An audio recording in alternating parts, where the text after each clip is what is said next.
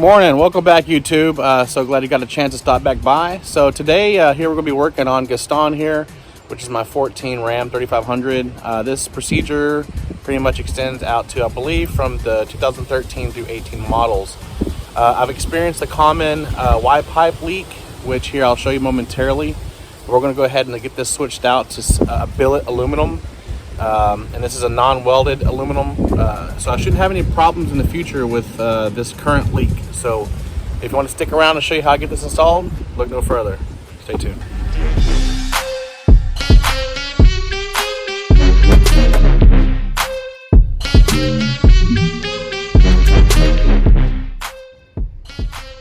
So right here on top, I went ahead and did a score with my snips. You can pretty much do this if you want.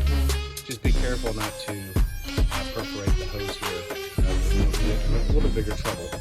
I went ahead and stuck a screwdriver underneath it because my idea is when I start cutting this with my saw blade, I want it to stop here on this metal screwdriver. So essentially, you just put my screwdriver under there like that, and you take your blade and saw it pretty much until it hits that screwdriver. And then essentially this whole band is going to come off, so we have to do that one on here and this one right here, and then take the channel locks, take off the hose clamp here, and we're done with removing the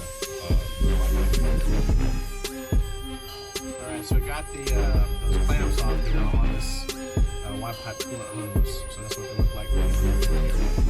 And we got the whole section of the Y pipe removed on each tri-corner there. And I went ahead and unboxed it, and this is what we're replacing it with. So this is the old one. That's all plastic polymer, and this is all billet aluminum.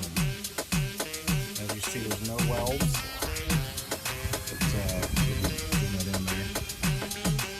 This is really nice. So for this to ever happen again in the future, this thing will never leak. And what's nice, it has the pressure couplers on there, or the band clamps, which is really nice. And it does take a 10 millimeter. It's pretty much plug and play.